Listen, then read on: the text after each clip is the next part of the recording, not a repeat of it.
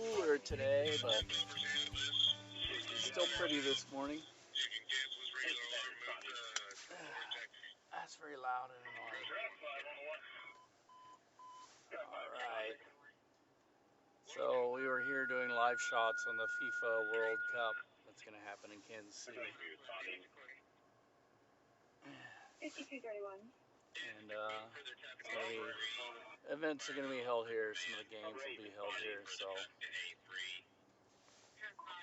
now I got to turn in my super huge TVU, and I think I'll go have a warm drink and third space. Okie dokie. I didn't say all right. It is time to get a hot drink. I think. I smell coffee. It smells good.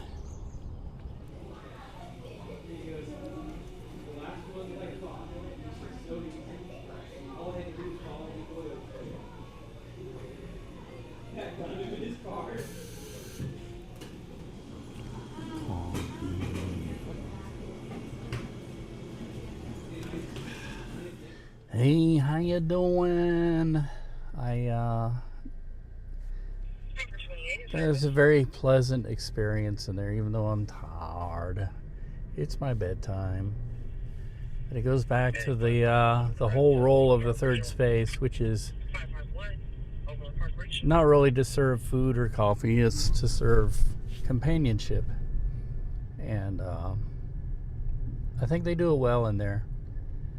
And some places do, some places don't. Some places get lost in the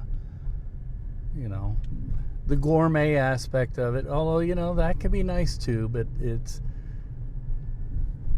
coffee is the, I don't know if I'm using the right term here, the elixir. It replaces,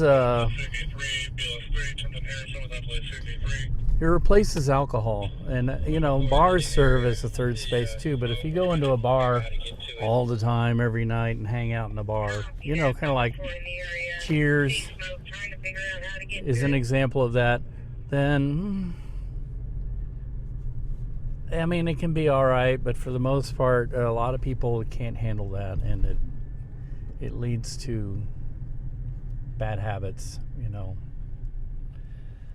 But coffee houses, if you go to them, I guess you can drink too much coffee, but you don't have to drink coffee. You can drink tea, or you can drink a soda, and nobody's expecting anything of you, they're not expecting you to, when I go hang out in a bar, sometimes people get downright upset. Why don't you drink alcohol? You're in a bar. And I'm like, because I'm not here for, I don't need the alcohol. I'm here for the companionship, I don't want to sit at home and stare at the four walls and go crazy doing that. This thing is really shrill. Oops. So, yeah, it's like my happy hour. I go there after work. This place I go on Mondays. And it serves a purpose for me. There's some friendly people in there, and I like to talk, and sometimes I don't because I'm always so tired. That's the downside of it, is I'm really tired and not always super talkative. I get stuck in my phone, but that's all right too. I work on my stuff. And a girl was sitting next to me, and she was pretty much doing the same thing, although she was writing in her journal with a pen and paper and everything, and I'm doing the same thing, but I'm using more a technological approach and multimedia, and not so much writing, but expressing myself through pictures and videos and a few captions. But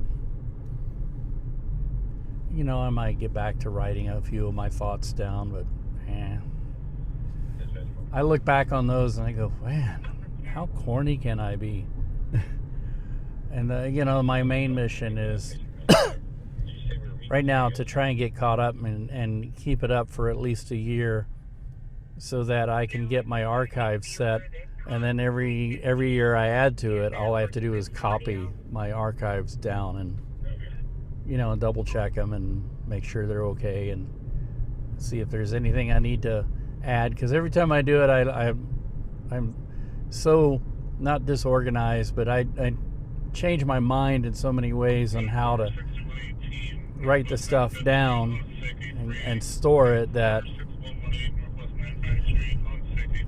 I don't know, that I kind of made it hard for myself, because every time I change. And I saw somewhere somebody was saying that Google, not YouTube, but Google is trying to get rid of archive stuff. Like they're trying to delete it all. Ooh, that truck had just threw something big and metal on the ground.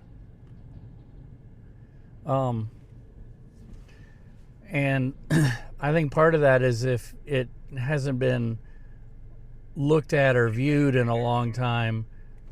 I think what they're doing is they're making like videos. I can't say it. They're moving them to unlisted or private, and they're making that decision, not the. They're saying that I made that decision. I don't remember making that decision. I'm finding a lot of my videos have been moved to private or unlisted, which means that they were not going to get viewed. And so I'm going back and I'm relisting them as public, republishing them, and putting them in my archives. And they're going to be looked at least once a year, and I'm going to double check that and make sure if it's moved to private or unlisted. I'm going to. And what's kind of disgusting about that is some videos are set to private mode, and you can't access them because it won't give you a link back to the original source. So you click on it and it won't let you even find the video source. So there's some videos I can't even, I don't know. They're just shenanigans. It's just, they're trying to maximize profit. And some people say, I don't blame them. I'm like, well, but they set themselves up as like an archive. And, it's like, they didn't go originally and say, we're trying to make a profit off of this. That came later. They originally said, all this stuff is valuable and, is for the people to express themselves. And then, when the blood gets in the water, they change their minds all of a sudden. So, kvetch. And I need to stop kvetching because I make these videos really long when I do that. But I start out talking about third spaces, and then I'm journaling and archiving. But you never know how things will be valuable in the future. And people say, well, you sound like you're full of yourself. No, I find that stuff you do, everybody does, every little thing every day builds a picture, a mosaic picture of what things are like. And of course, nobody cares about it in the moment. It's daily life stuff.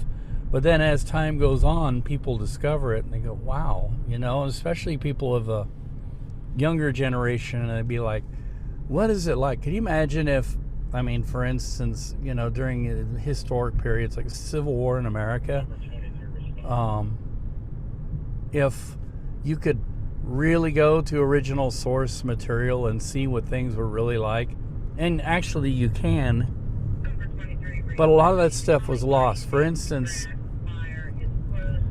the Civil War equivalent to daily digital journaling and videos and stuff and pictures and blogging and vlogging were the glass plate photographs. And apparently, I'm going to watch this guy here. Apparently, a lot of them were taken. There were a lot of those things were taken. Like every day, somebody was out taking pictures. Every battle, and that took a lot of work. But what happened was immediately after the Civil War, people lost interest in it. And so they were using these glass plates, like hanging them up in greenhouses and putting them as windows in greenhouses. There were so many of them, and they all got pretty much destroyed. So there isn't that much left. And it was like, so we lose a huge picture of what daily life was like back then and what it actually was like, because people didn't see any value in it at the time, and they just kind of, threw them in the garbage. And that's what we do now with a lot of things. But now, instead of heavy glass plates, we can now do it in a digital format that takes up no room. Oh, look at the police hanging out over here. I better slow down a little. Oops. So anyway, yeah. There's a speed trap.